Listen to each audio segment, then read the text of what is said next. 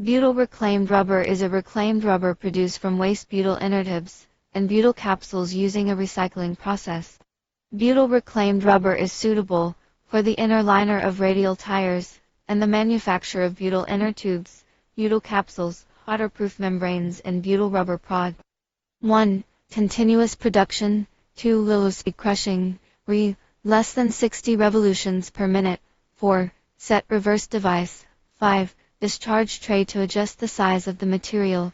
6. No need to replace accessories. 7. Cutter working surface uses wear resistant alloy. 8. Are resistant and repairable.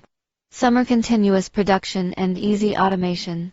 It is easy to use and improves the noise and dust flying problems in the production environment. The tool can be repaired without changing parts, just saves the cost of parts purchase and reduces downtime. The equipment materials are solid and ray. For more details, please call or add WhatsApp 0086135310962220. For more details, please call or add WhatsApp 0086135310962220.